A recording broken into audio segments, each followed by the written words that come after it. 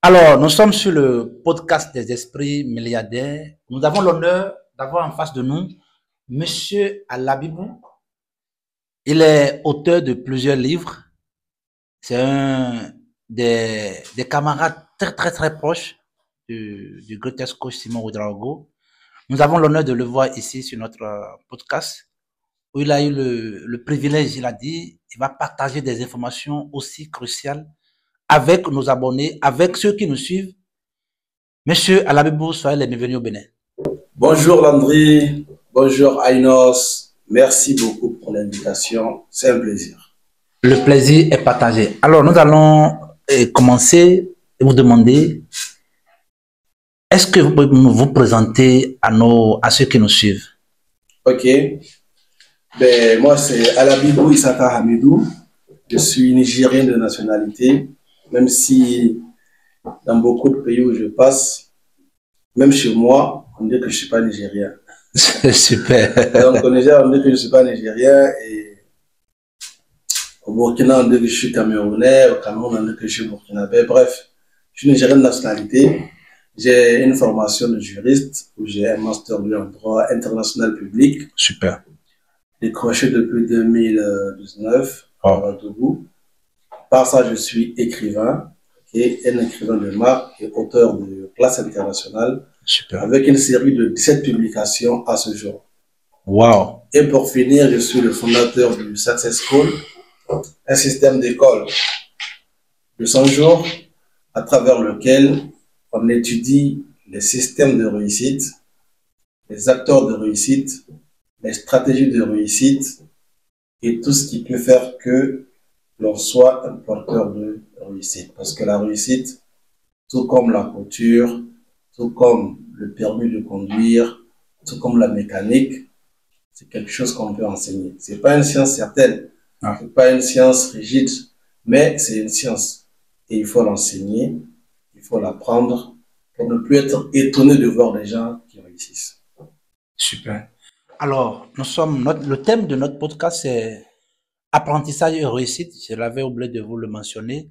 Alors, monsieur Alabibou, dites-moi, à quelle occasion vous avez senti vraiment l'apprentissage? À quelle occasion vous avez vu que apprendre quelque chose était aussi important pour la réussite? Ok. Alors, je vais vous parler de mon histoire avec l'école. Ouais. Vous savez, aujourd'hui, il y a beaucoup de parents qui pensent que quand on inscrit un enfant dans une école qui coûte cher, le fait d'avoir payé beaucoup d'argent est suffisant pour que l'étudiant soit bon. Ouais. Et beaucoup de parents commettent l'erreur, beaucoup d'écoles commettent aussi l'erreur de penser que payer de l'argent, verser de l'argent pour un étudiant, c'est comme si on avait tout fait pour l'étudiant. Mais à l'école, malheureusement, on ne sème pas dans les cœurs des étudiants l'amour de l'apprentissage. Voilà. Ça, c'est un défaut de l'école qui est intolérable. Si vous voyez des étudiants qui aiment apprendre ici en Afrique, généralement, c'est une qualité qu'ils ont acquise chez eux. C'est certainement le père ou la mère ou le cadre familial qui va pousser l'étudiant à la curiosité. Mais les écoles ne font rien pour ça. Wow. Donc moi, mon père, qui est un grand homme, et qui est d'ailleurs le plus grand homme pour moi dans la vie, il m'a payé les écoles les plus chères qui soient. Mais attention, je partais à l'école sans aucun goût pour l'apprentissage. Pour moi, l'école, c'était vraiment une torture. Et donc, de ma classe de CI jusqu'à ma classe de seconde, je partais à l'école que pour faire plaisir à mon père. Pas parce que je comprenais quelque chose, pas parce que je prenais du plaisir, mais parce que mon père y tenait et que je n'avais pas d'autre choix. Wow. Alors, toutes ces années-là ont été des années très difficiles pour moi. Je me rappelle que même en classe de CM2, je n'avais eu que 4 de moyenne. Mais j'avais le 4 de moyenne qui était le plus proche de 5. Et donc, j'ai demandé à mon enseignant de glorifier ma note auprès de mon père, de lui expliquer que parmi tous ceux qui n'ont pas la moyenne, c'est moi j'ai la plus forte moyenne. Donc, l'argument n'a pas été un argument qui a séduit mon père, il m'a puni. Et ce jour-là, je me rappelle que je suis rentré chez moi à pied. Wow. Mon père était fâché contre moi, il a pris mes soeurs et mes petits frères dans la voiture, on est de revenir à la maison à pied.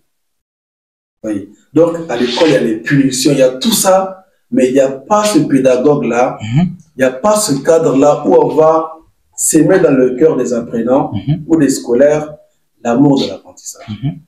Donc, moi, comment est-ce que je découvre les délices de l'apprentissage? C'est ça la question, en fait. Oui, la question, ça. Donc, en classe de seconde, pendant que c'était les vacances, mon père reçoit de la part d'un ami qui est aux États-Unis un cadeau. Et c'est un nouvel ordinateur. Donc, il prend son ancien ordinateur et il me l'offre. Et moi, en seconde, c'était au lycée, j'étais encore dans les mouvements de rap américain. On m'appelait Birdman. Wow. Et j'étais toujours avec des écouteurs, j'avais toujours des casquettes. Si tu me voyais, tu pensais que j'étais un Américain. Maintenant, dans l'ordinateur que mon père m'a donné, il y a un jeu qu'on appelle Question pour un champion. Où on peut venir jouer à Question pour un champion.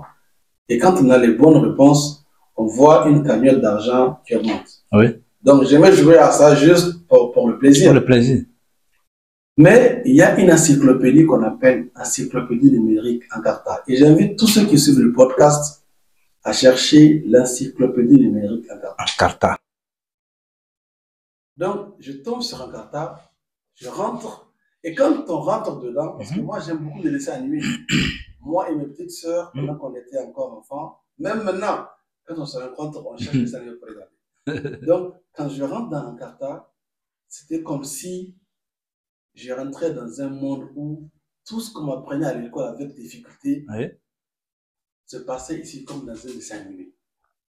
Et c'est là que je tombe amoureux de l'apprentissage.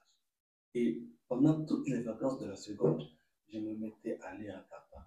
Tout ce qu'on m'expliquait à l'école que je ne comprenais pas, tout ce que je devais noter sans comprendre, sans savoir quoi faire, en lisant Encarta, je prenais du plaisir à lire, je retenais sans savoir comment, et c'est ce qui a éveillé mon esprit. Parce que moi, je commence à être deuxième de classe en classe de première. Et je commence à être premier de classe en classe de terminale. Super. Et à l'université, j'ai des 14 et des 15 de moyenne. Pourquoi? Parce qu'il s'est passé cet événement dans ma vie d'avoir eu un ordinateur à travers lequel je trouve une encyclopédie. Donc, la réponse à la question voudrait que les enseignants ou les écoles ou les systèmes d'enseignement mettent en place des cadres d'apprentissage séduisants et irrésistibles. Aujourd'hui, il n'y a pas un jeune adolescent qui verra un iPhone qui n'est pas séduit. Non. Il n'y a pas un adolescent qui verra certains hôtels, certains lieux, certains objets de luxe sans être séduit. C'est ça. Donc, il faut que l'apprentissage prenne cette forme.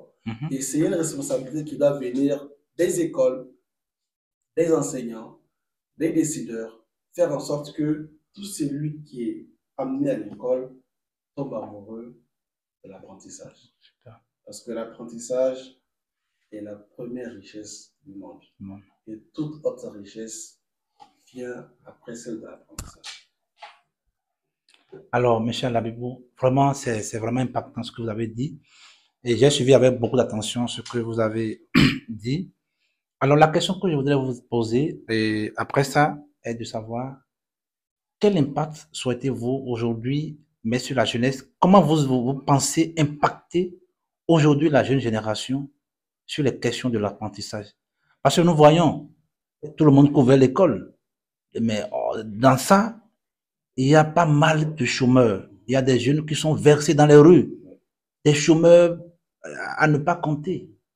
Maintenant, comment vous pensez que vous, en tant que Alabébou, quelqu'un qui est à ce niveau, sur le plan académique, aujourd'hui, comment vous pensez impacter les jeunes?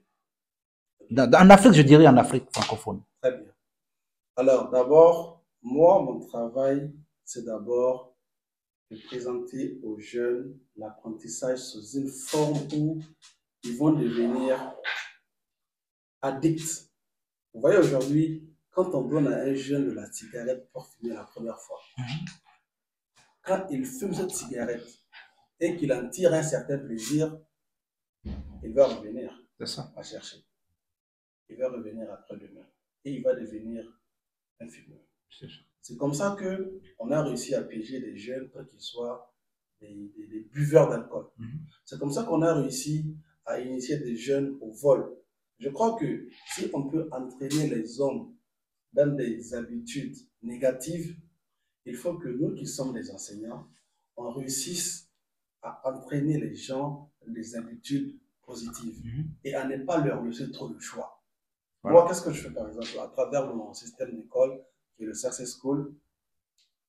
On fait d'abord les cours de Success School dans un hôtel 5 étoiles. Donc, rien que le cadre, quand les étudiants arrivent dans la salle d'apprentissage, rien que le cadre, ils sont contents et se disent c'est quand la prochaine fois qu'on va revenir. Et la manière dont on les enseigne, les contenus qu'on partage, ça fait que ça devient un cadre irrésistible, un cadre très très séduisant. Maintenant, cet apprentissage-là, il faut que ça débouche sur des résultats transformationnels. Il faut que la personne d'elle-même sache que il y a une semaine de cela, je n'étais pas comme ça. Et que si je continue comme ça, dans un an, je serai quelqu'un de totalement différent. Donc, en termes de résultats transformationnels, moi, j'aime organiser ce qu'on appelle des business travel ou alors des voyages d'études. Alors, à la fin des cycles, j'aime organiser des voyages où je dis aux étudiants, tout ce que vous avez appris, il faut maintenant aller le vivre. Ok? Et pour aller le vivre, on fait un voyage. Et à travers ce voyage, vous allez voir que la meilleure manière au monde d'avoir ce qu'on veut, c'est d'être un amoureux de l'apprentissage. Et donc, ma manière à moi, c'est surtout d'amener sur le marché des offres où l'apprentissage sera un produit tellement prisé et va produire des résultats tellement impactants que tout le monde voudra plutôt aller investir dans l'apprentissage que dans le commerce. Que tout le monde voudra plutôt aller investir dans l'apprentissage que dans le hard.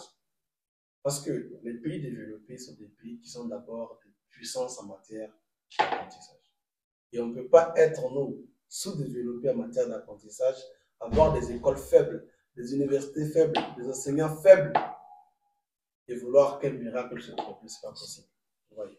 Donc, je crois que ma méthode à moi, c'est celle-ci, faire ce qu'on appelle des high frequency learning programmes et des high standing learning programmes. Donc, des programmes d'apprentissage qui se passent à haute fréquence et dans des lieux de haut standing, avec des contenus de qualité exceptionnelle. Je vois. Et en termes d'apprentissage, parce que celui qui est peut-être un menuisier, celui qui est un électricien, il apprend quelque chose. Ouais. Maintenant, qu'est-ce que vous mettez dans apprentissage qui peut permettre à un jeune de réussir? Alors, déjà, il faut savoir que l'apprentissage est un ascenseur. Voilà. Quand on vient à l'hôtel, ou bien quand on vient dans un service public où il y a 50 étages, si on veut prendre les escaliers, on va beaucoup souffrir pour arriver au 50e étage. C'est ça. Mais quand on prend l'ascenseur, on y arrive plus vite et plus facilement. Donc, le mot d'apprentissage en tant que tel doit être compris comme étant un ascenseur que la vie nous donne. Super. Et si on veut se rendre à une destination, si on veut posséder quoi que ce soit, la meilleure manière, c'est d'abord d'apprendre la chose là, de la maîtriser par cœur. Parce que je dis aux étudiants, quand vous voulez avoir une chose, ne vous souciez pas de savoir si vous avez l'argent de la chose ou pas. Non. Allez étudier la chose. Étudier comment on l'a faite, comment elle fonctionne, ça coûte combien, tout. Une fois que vous avez la connaissance de la chose, vous possédez son âme. Voilà. Et quand vous possédez son âme, son corps physique finira par vous arriver. C'est ça. Donc, on doit comprendre que dans la vie, parcourir les distances à pied, à moto, à voiture, en avion, tout ça, c'est encore des moyens de transport lents par rapport au moyen de transport qui est l'apprentissage. Il y a des choses qu'on part chercher en Amérique que si on avait appris qu'ils étaient là, on ne serait pas allé en Amérique. C'est ça. Comprenez? Il y a un tas de choses que le monde, on dit que les possibilités du monde existent au même moment et partout dans Partout le monde. dans le monde. Ouais. Maintenant, comme on ne sait pas, comme on n'apprend pas à découvrir, à voir, on peut se permettre d'aller à l'autre bout du monde chercher des choses que la vie nous donne sur place. Pourquoi? Exactement. Parce qu'on n'a pas emprunté l'ascenseur de l'apprentissage. De deux, il faut savoir que le dictionnaire, vous avez un dictionnaire qui font plus de 80 000 mots, plus de 100 000 mots. Tous les mots du dictionnaire peuvent disparaître ou peuvent être contenus dans un seul mot qui est l'apprentissage. Ouais. Parce que tous les mots s'apprennent. C'est ça. Et donc, l'apprentissage, c'est le mot le plus grand du dictionnaire. Il contient à lui seul tous les mots. Vous voyez? Donc, c'est cette richesse-là que les gens ne voient pas et ils sont là à courir les yeux bandés. Parce que quand on n'apprend pas, c'est comme si on court les yeux bandés. C'est ça. Et quand on a les yeux bandés, on tâtonne, on essaie de toucher n'importe où, n'importe qui, pour voir qu'est-ce qui peut nous servir de repère. OK? Alors, et dernier élément de réponse par rapport à ça, c'est qu'aujourd'hui, tout ce qu'on veut se trouve dans la connaissance de ce qu'on ne connaît pas. Tout ce qu'on veut, si vous voulez avoir 1 milliard, il y a 1 milliard sur la Terre. C'est ça. Maintenant, est-ce que vous savez comment les trouver? Puisque l'argent ne se refuse à personne. L'argent, ça circule. Comme l'oxygène circule. Ouais. Maintenant, est-ce qu'on sait comment appeler à nous ce qu'on veut? Puisque ce qu'on veut est dans le monde. Donc, grâce à l'apprentissage, on apprend à obtenir les choses qu'on veut, mais qu'on n'a pas. Et sans l'apprentissage, on sera en train de perdre les choses qu'on a, mais qu'on ne sait pas garder non plus. Donc, ne pas apprendre nous expose à perdre ce qu'on a, tandis que apprendre nous permet d'avoir ce qu'on n'a pas. Donc, le menuisier, le transporteur, le taximan, toutes ces personnes-là, si elles décident que dans leur travail, elles vont apprendre comment améliorer ce travail, comment faire ce travail un travail de noblesse, de grandeur. Ouais. Mais en apprenant, elles sauront comment faire. Aujourd'hui, si les banques sont des institutions respectées, c'est parce que les banquiers qui ont fondé le système de la banque, ils avaient comme projet de faire de ça un système florissant. Exact. Maintenant, comment faire? On apprend. Et ils y sont arrivés. Donc, il n'y a pas un seul métier, qui ne soit pas éligible au prestige. Ça n'existe pas. Tous les métiers de ce monde sont éligibles à la hauteur, au prestige et à tout ce qu'on veut. D'accord? Maintenant, celui qui l'exerce, est-ce qu'il apprend suffisamment de ce métier pour en faire un métier d'exception, pour en faire un métier qui se vend cher, pour en faire un métier que les gens ont hâte de payer avec tout ce qu'ils ont dans leur poche. Donc, tout le monde, dans le travail qu'il fait, doit se mettre dans l'apprentissage pour que le travail lui montre, ou lui fasse découvrir les potentialités qu'il ignore et qui peuvent faire exploser tout le secteur. Merci beaucoup, monsieur Alabibou. Vous avez été vraiment profond parce que ça sort même de ce que nous pensons. C'est aller plus en profondeur, c'est aller plus dans la spiritualité, dans la vraie spiritualité, parce que les questions que vous abordez, c'est très profond. Alors, on ne peut pas venir sur ce podcast parce que, comme je l'ai dit, c'est le podcast des esprits milliardaires et nous ne pouvons pas venir ici sans parler de l'argent. Ce que nous faisons ici, c'est de montrer à la jeune génération le chemin. Pour ceux, par exemple, comme moi, qui ont eu des enfances très difficiles, quand on parle de l'argent, nous avons les oreilles là-bas. L'argent, on a les oreilles là-bas. Maintenant, comment appeler l'argent vers nous?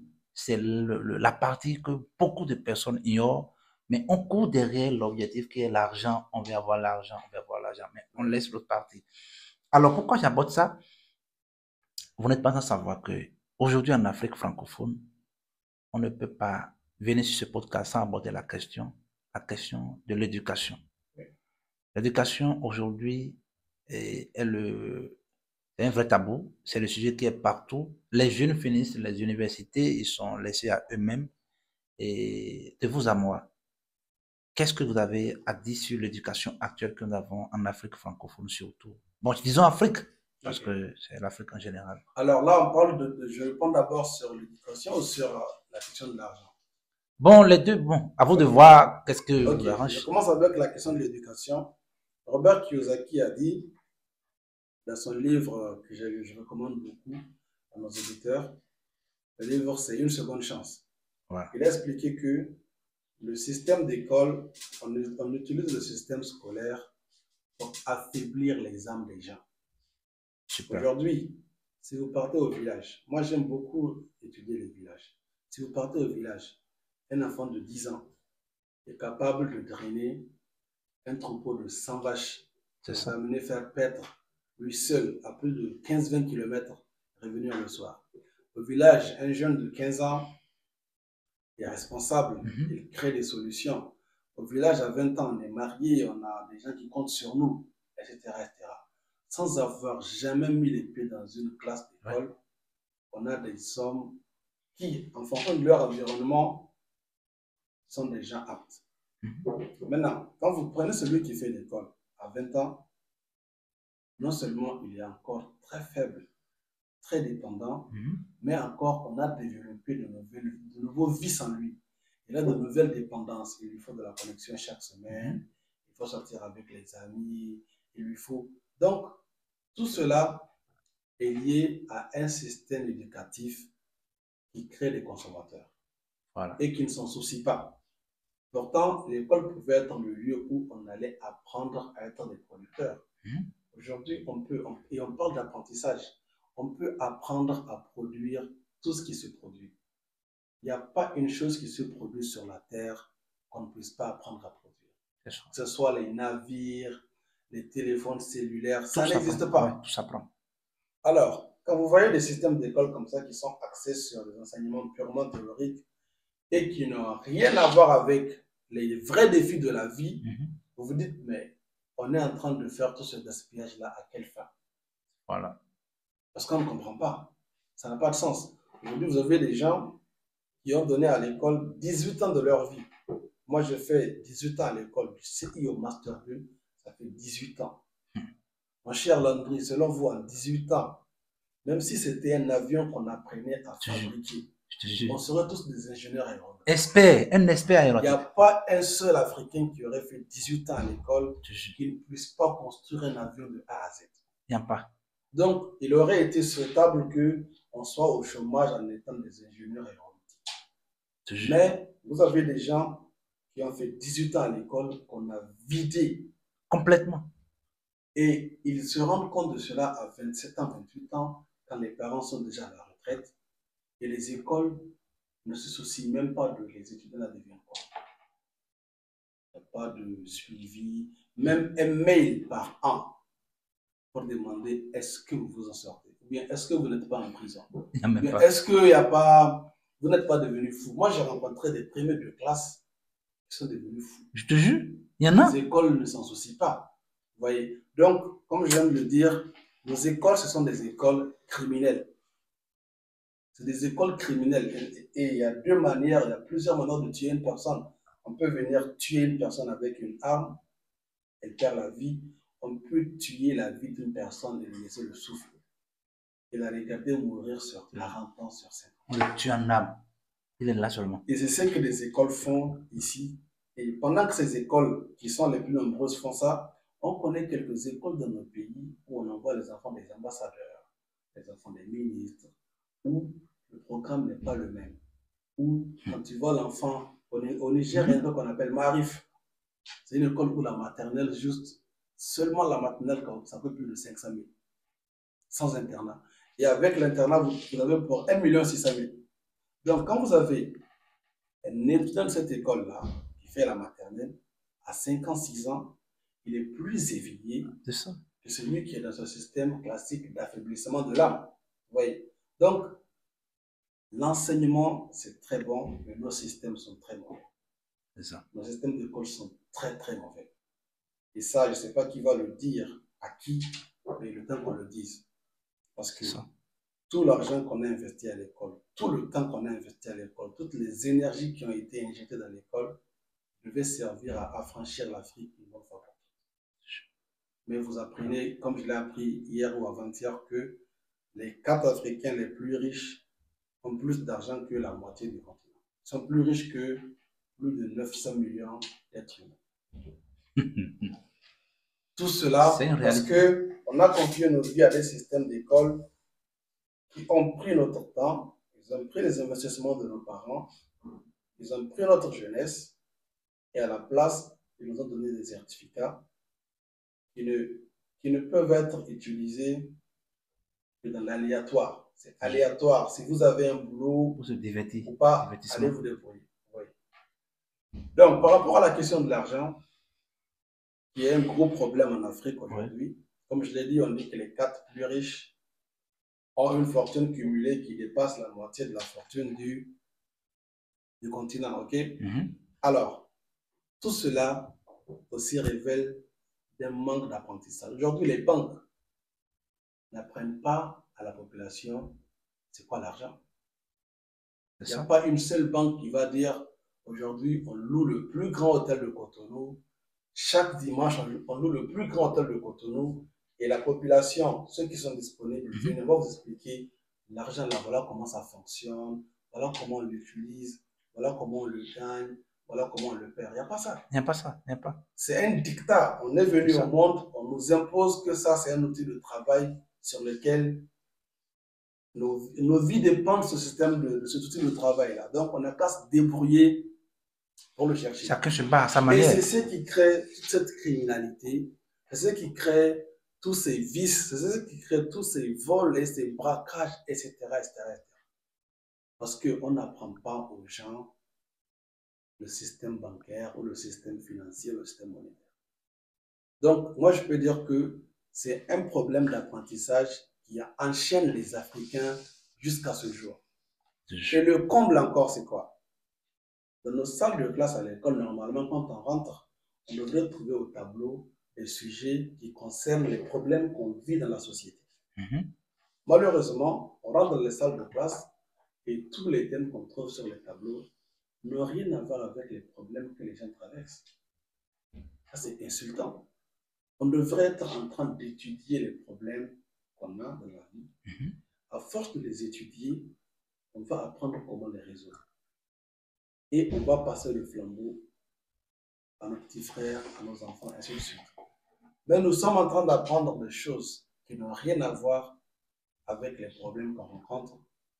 Et à la fin, on a des connaissances qui ne peuvent même pas changer la vie d'un chat, ou d'un rat, ou d'une chèvre. Et on s'étonne après que les gens soient des voleurs, ou des délinquants, ou des... Tout cela est un échec lié à nos systèmes d'apprentissage. C'est ça. Et tous les pays qui fleurissent, tous les pays qui réussissent, tous les pays qui s'accomplissent, c'est des pays où le système d'apprentissage est axé sur les solutions aux problèmes du pays. C'est ça. C'est simple. Il n'y a pas de magie. Très simple. C'est très simple. S'il n'y a pas de route dans le pays, dans toutes les classes, on devrait poser les problèmes. On n'a pas de route. Voici le problème. On n'a qu'à l'étudier. Comment les routes se comportent? Comment on fait une route? On a besoin de combien de personnes? Ça prend combien? Donc, en étudiant nos problèmes, on va en même temps apprendre à leur trouver des solutions. Mais on n'apprend rien sur nos problèmes. Rien. On va apprendre des histoires. Et après, on est là à regarder les mêmes problèmes qui nous surprennent chaque année. Chaque année. Chaque fois, le même problème revient et on est surpris. Donc, tout cela, ça rejoint notre thème apprentissage et réussite. C'est ça. Ça doit être un mariage forcé. Forcé, obligatoire. Obligatoire. Il faut que l'apprentissage et la réussite se rencontrent et se fécondent. Donc, il faut apprendre la réussite. Et la réussite s'apprend.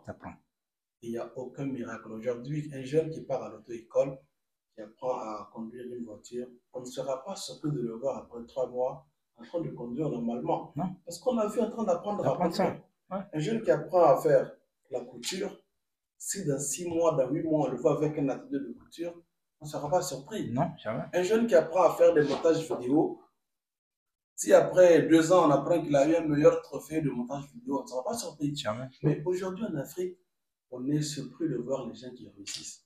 Parce qu'on n'a pas vu pendant quel moment ils apprenaient à réussir. Parce qu'on sait que la réussite n'est même pas dans notre culture.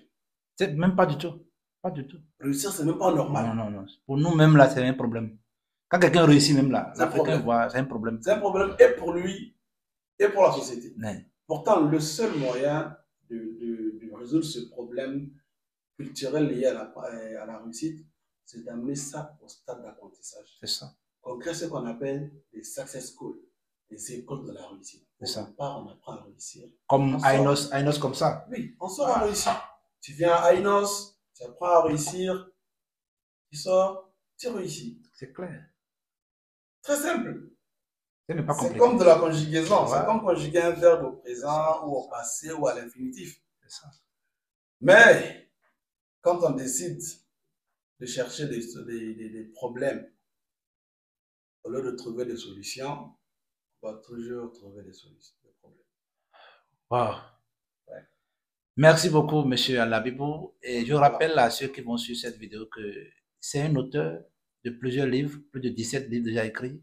Mais il y a un livre que je vous recommande beaucoup, La puissance mentale. C'est un livre très, très, très riche qu'il a sorti. Et vous aurez peut-être vu sur les différents canaux. Il a fait le lancement, la dédicace avec le coach Simon Ouedraogo du Burkina. Donc, c'est un livre très, très, très riche que je recommande beaucoup d'ailleurs à tous ceux qui nous suivent. Alors, monsieur Alabibou, la question que je vais vous poser pour qu'on conclue ce podcast est de savoir, de vous à moi, quel message vous voulez donner à un jeune aujourd'hui qui est en quête de réussir? Quel message vous avez à donner à un jeune Africain qui veut vraiment réussir? Alors, vous savez, c'est même une question que les journalistes me posent à chaque fois. Est-ce qu'il y a un secret pour réussir? Quelle est la meilleure manière de réussir? Tout. Moi, je crois que la voie la plus rapide, la moins risquée, la plus économe, la plus rentable, c'est la voie de l'apprentissage. Un étudiant ou un jeune qui n'a pas lu 100 livres, et je parle de 100 bons livres, il ne doit pas se plaindre. Tout ce qui lui arrive, il le mérite. C'est ça. Il faut s'asseoir, lire au moins 100 livres pour commencer à se plaindre qu'il n'y a pas d'opportunité. Parce que, vous savez, on est dans un monde qui n'est perceptible par les yeux qu'à 5%. Tout ce qu'on peut voir avec les yeux ne passe pas 5%. Tout le reste se voit avec l'esprit. C'est ça. Et l'esprit voit avec la connaissance. Donc aujourd'hui, un étudiant ne peut pas prendre 100 livres de personnel development ou de business pour les lire sérieusement sur 6 mois, sur 1 an, et puis ne pas commencer à voir des choses invisibles. C'est ça. Parce qu'on vit dans un monde invisible. C'est ça. Le monde est invisible. Le monde est invisible. Yeah. Donc les gens qui ne peuvent pas voir le côté invisible du monde ne peuvent rien voir. Non, rien. Ok. Donc c'est d'abord ça. S'assurer qu'on a eu au moins à lire 100 bons livres dans le domaine où on veut s'accomplir. Ça peut être l'entrepreneuriat, ça peut être la mécanique, ça peut être je ne sais pas. Ok. Ensuite, savoir que la réussite, ça fonctionne avec les gens. En fait, il n'y a pas de réussite. Il n'y a pas de réussite qui se promène comme ça. Non, le succès a de tout temps été lié aux gens. C'est ça. Donc, pour réussir, il faut rencontrer beaucoup de gens. Un entrepreneur, par exemple, qui n'a pas 100 refus par semaine, ne doit pas se plaindre de ne pas avoir de clients. C'est ça. Moi, par exemple, si dans une semaine, je n'ai pas essayé de contacter 100 personnes pour leur dire d'acheter mes choses, et que ces 100 personnes ont refusé, je n'ai pas le droit de me plaindre de ne pas avoir de clients. C'est ça. Et c'est un truc que je ne fais pas parce que je n'ai pas le temps. C'est ça. Vous comprenez? Donc, le succès est lié aux êtres humains. Tant qu'il y a des êtres humains sur la Terre, on doit être content parce que le succès est là. Maintenant, il faut rencontrer le maximum de personnes. Oui. Il faut en rencontrer le maximum. C'est-à-dire le relationnel. Exactement. Ouais. Même pas le relationnel, même s'il n'y a pas de relation particulière entre vous, il y a des personnes que le fait de les voir parler ou se comporter, ou leur maison, ou leur voiture, ou leur histoire, ou leur accomplissement, ça peut vous montrer à vous la destinée de votre vie. Vous voyez? Exactement. Donc, un jeune aussi qui n'a pas essayé de rencontrer 100 000 personnes, 1 million de personnes, il ne doit pas dire qu'il n'a pas encore eu sa chance dans la vie. Non. Donc, beaucoup apprendre pour que les choses invisibles soient visibles pour nous et beaucoup rencontrer les humains. Tout ce que Dieu nous donne, il passe par les humains pour nous les donner. C'est ça. Donc, si on ne rencontre pas les humains qui ont ce que Dieu a à nous donner, on n'aura pas ces choses-là. C'est ça. Pourtant, Dieu a déjà donné tout ce qu'il a à nous donner. Dieu ne nous doit plus rien. Tout ce qu'il a à nous donner a déjà été donné. Maintenant, c'est nous qui devons créer la causalité pour que les choses arrivent dans nos mains. Sinon, on est dans un monde qui contient tout ce dont on peut avoir besoin. Déjà. Il n'y a pas un nouveau élément qui va quitter le ciel. C'est profond. Hein? Tout est là. Ouais. Maintenant, est-ce que nous avons fait ce qu'il faut pour que ces choses-là nous soient remises? Non. Exactement. Vous voyez, il y a des personnes qui ont dû aller aux États-Unis pour rencontrer ceux qui vont féconder leur destinée. Il y en a qui ont dû être des cireurs de chaussures pour cirer les chaussures de banquiers qui vont féconder leur destinée. Il y en a qui ont dû être des gardiens, des vigiles pour rencontrer les gens qui vont féconder leur destinée. Il y en a qui ont dû être des mendiants. Il faut rencontrer les humains. Il faut tout faire pour rencontrer le maximum et le maximum d'humains. La réussite est en les humains. Super. La réussite, c'est les gens. Quand on a les gens, on va réussir. Ouais, super. Alors, merci beaucoup, monsieur Alabibou. Et ce podcast est tellement riche en spiritualité. Et il faut vraiment ouvrir l'esprit pour comprendre le fond, comment vous abordez les sujets. Ce n'est pas un sujet superficiel. Les gens vont voir, ils vont penser que c'est un sujet superficiel, mais c'est un sujet très, très profond, l'apprentissage et la réussite. Ouais. Alors, quel est votre mot de fin, surtout à la jeunesse? Alors, à la jeunesse, je voudrais dire que de ne pas s'inquiéter pour les gens qui apprennent. Je dis ça tout le temps. Vous savez, j'ai un de mes étudiants qui souffrait beaucoup au Niger. Il souffrait beaucoup, mais il aimait apprendre. C'est ça. Il aimait tellement apprendre. Quand il finit un livre, il me dit, chef, j'ai fini tel livre là, vous me proposez lequel livre pour lire? Je dis, ok, je vais te donner un autre pour lire. Aujourd'hui, il est aux États-Unis. Cet étudiant-là, son rêve a toujours été d'aller à Pennsylvania. C'est ça. C'est un État américain. Et il a fait 2 ans en train de faire ses formalités de visa. Dans le secret, moi j'étais au courant, mais c'est dans le secret, même sa famille n'était pas au courant. C'est vrai. Il n'avait rien que la connaissance. C'est ça. Il a appris que en faisant telle chose, de telle manière, on peut aller aux États-Unis. Donc, ne vous inquiétez pas pour les gens qui apprennent, même s'ils dorment dans la rue. Si c'est des gens qui apprennent, ne vous inquiétez pas pour eux. Un jour, ils vont quitter leur situation qui est un peu misérable ou bien qui est détestable. C'est ça. Ça, c'est le premier message. Donc, tous ceux qui apprennent sont des gens à propos desquels on ne doit pas avoir d'inquiétude. Oui, pour sur leur réussite en fait. Il ne faut pas vous inquiéter pour eux. Priez que Dieu leur donne longue vie. Et si vous êtes une personne qui apprend, ne vous inquiétez pas aussi pour vous-même. C'est ça. Parce que quel que soit dans quoi vous êtes, vous allez sortir de là. Ensuite, ce qu'il faut savoir aujourd'hui, c'est que les gens qui ont la connaissance ont plus d'argent que les gens qui fabriquent l'argent. Voilà pourquoi il faut être des chercheurs de connaissances. Et pas des chercheurs d'argent. C'est ça, c'est ça. Les gens qui ont la connaissance ont plus d'argent que les gens qui fabriquent l'argent. Est-ce que c'est la connaissance qui commande? C'est la connaissance qui commande l'argent. C'est ça. C'est pas l'argent qui commande la connaissance. Et tout ramène toujours à notre thème, apprentissage et réussite. Donc, en définitive, ne vous inquiétez pas pour les gens qui apprennent, quelle que soit la situation dans laquelle ils se trouvent, ils vont sortir de là. Et ne vous laissez pas impressionner par les gens qui ont l'argent s'ils n'ont pas de connaissance. Parce que leur argent viendra à ceux qui auront la connaissance. Donc, tout est une question d'apprentissage. C'est le plus beau mot du dictionnaire pour moi, le mot apprendre. Et tous les mots du dictionnaire ne vont pas exister sans ce mot. Voilà. Parce que tous les mots du dictionnaire s'apprennent. C'est ça. Tout ce qu'il y a dans le monde qu'on fait, s'apprend. Merci beaucoup et rendez-vous avec Landry pour un prochain podcast encore plus puissant.